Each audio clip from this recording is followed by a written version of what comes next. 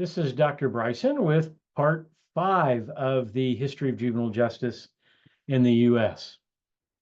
So from 1899 to 1967, juvenile justice was more of an informal process. The focus was on rehabilitation. And the idea that we're trying to figure out what's happening and fix the problem over punishing a child was at the top of the ideological description of the juvenile justice system.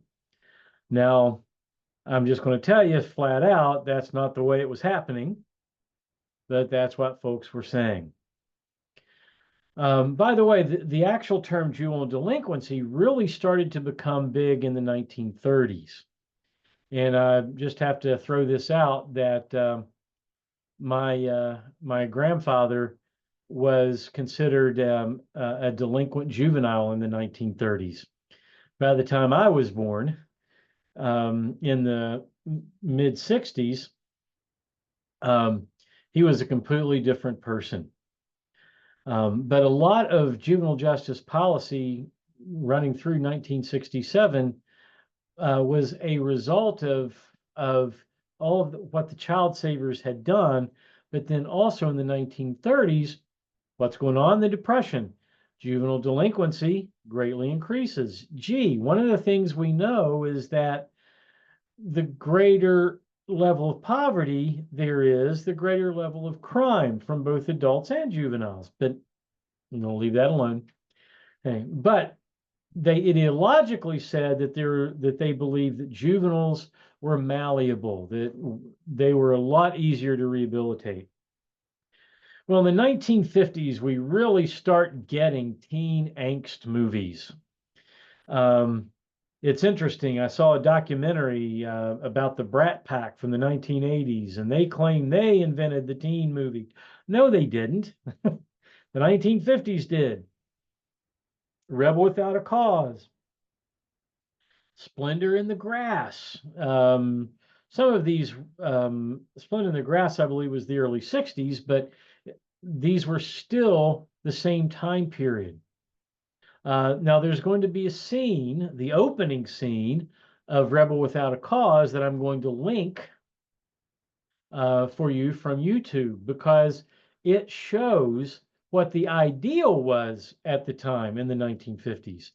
I can guarantee you it wasn't happening that way in the 1950s, but the movie at least gives us an example of how it was supposed to have happened in the 1950s.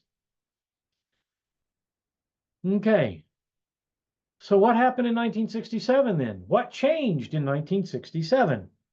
Well, back in the 1950s, when Eisenhower became president, there was a vacancy for Chief Justice of the U.S. Supreme Court. So he appointed Earl Warren, who was a Democrat, but a lot more moderate. He was closer to center. Eisenhower saw himself as a Republican who was closer to center. Now, up to this point, up until the Warren Court, the court had taken a hands-off doctrine for adult corrections.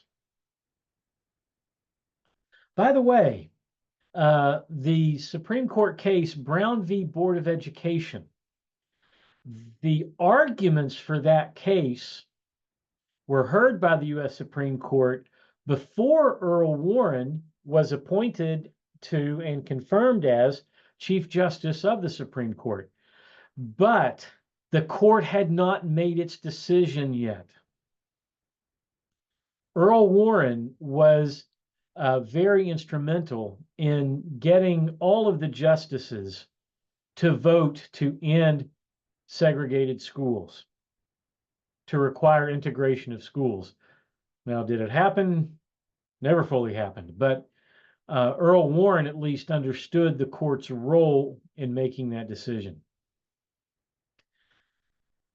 But the Warren Court then began to limit the hands-off doctrine. They said, no, we're going to hear some of these cases. Also, the Warren Court challenged the idea of parens patriae that kept due process away from juveniles. So how did that happen? Well, here we are. Here's Galt, the case of Henry Galt. Galt was in juvenile court one day, and quite frankly, I don't even know what his original charge was, but he was in juvenile court and was placed on juvenile probation. And this was in, I believe, Pima County, Arizona. It might have been Maricopa County, the one that Phoenix is in, but I believe it was in Pima County, Arizona.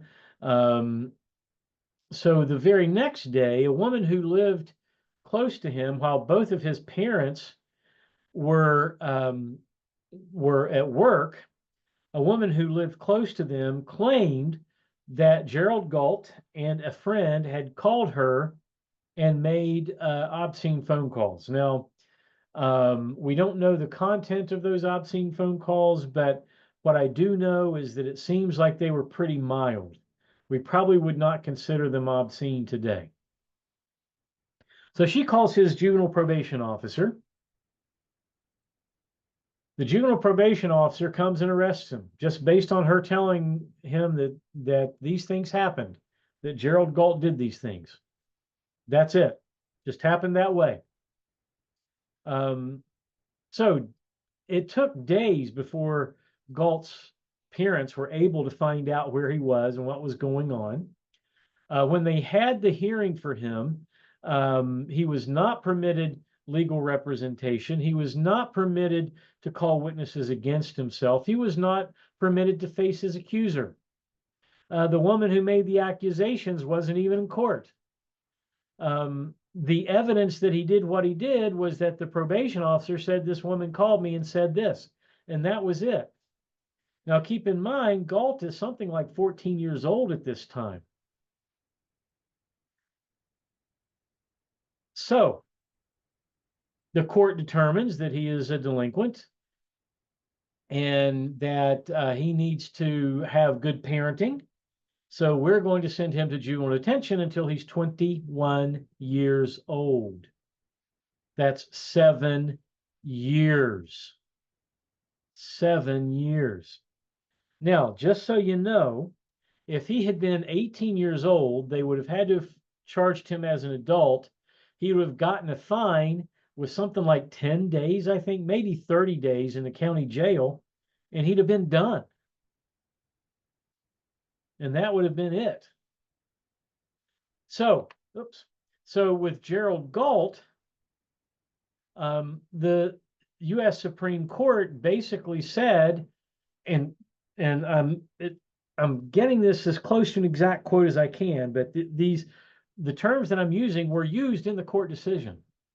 The fact of being the boy doesn't mean that he is entitled to a kangaroo court. Gerald Galt, I think he was 16, getting close to 17 years old when the case was finally resolved by the U.S. Supreme Court and he was released. Even as a child, he'd always wanted to join the Army. By the way, this is a photograph of Gerald Galt and his mother. At this point, his father was deceased. When he retired from the military, you can see that he was decorated. I mean, he wasn't the brightest bulb in the bunch, so he never made officer, but he had a very long and illustrious career. So it was 1967 when the court made this decision. So in 1967, they decided that we need to give at least some due process rights to juveniles. Well, interesting thing, just like what happened in 1870 with Daniel O'Connell, here we are 93 years later, and the O'Connell case simply motivated the progressives to to change the laws so that they could continue to do what they wanted to do. It took them 30 years, but they got there. Well, 93 years later, with the Gerald Galt case, it didn't take 30 years. Almost immediately, states began passing laws where children could be transferred to adult court for certain crimes. They started getting due process, but with due process, their punishments started actually being harsher in general.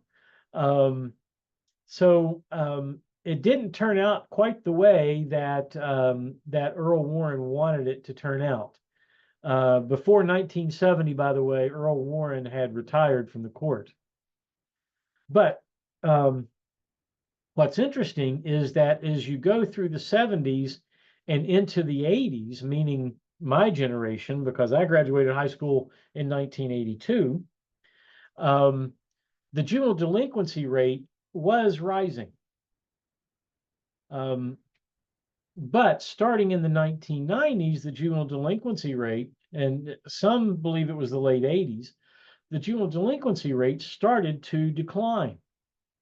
As it was significantly declining, we're getting the term super predator that we've already talked a little bit about with the case of Yummy.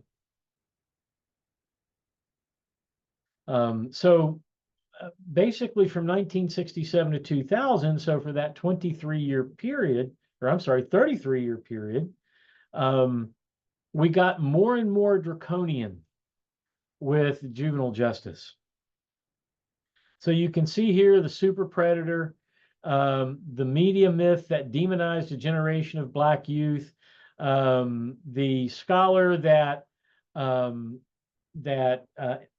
came up with the term super predator later said how much he regretted doing it, using that term, that he was wrong, but the genie was already out of the bottle. So there you go with Yummy. Well, so beginning in roughly 2000, we started getting modern reforms. So there has been an increased focus on rehabilitation. There's been an increased belief in the malleability of juvenile behavior. So SCOTUS decisions limited life without the possibility of parole and basically did away with the death penalty for crimes committed as a juvenile. Now, life without the possibility of parole can still be given.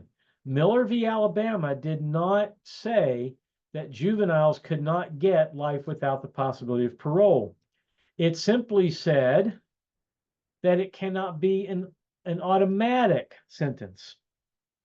So if a juvenile commits a murder, that if they're convicted of it, their sentence is an automatic, if they don't get the death penalty, is an automatic life without the possibility of parole.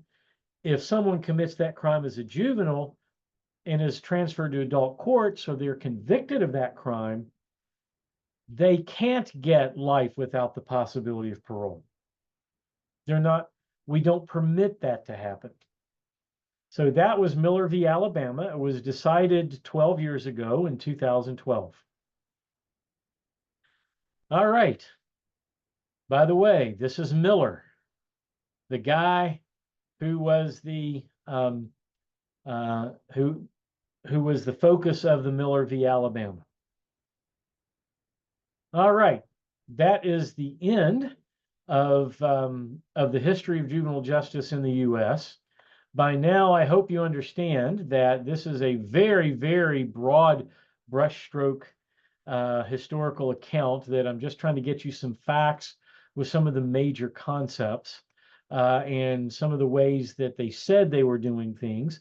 But I also hope that from this you learned that the ideal that they said they wanted was never realized. The idea of we're simply going to figure out and diagnose the problem and then treat the problem, we never really did that. We never really did that. We might put things on paper, but we never really did that. All right, well, this is the end of the video series on the history of juvenile justice in the U.S. We'll see you next video.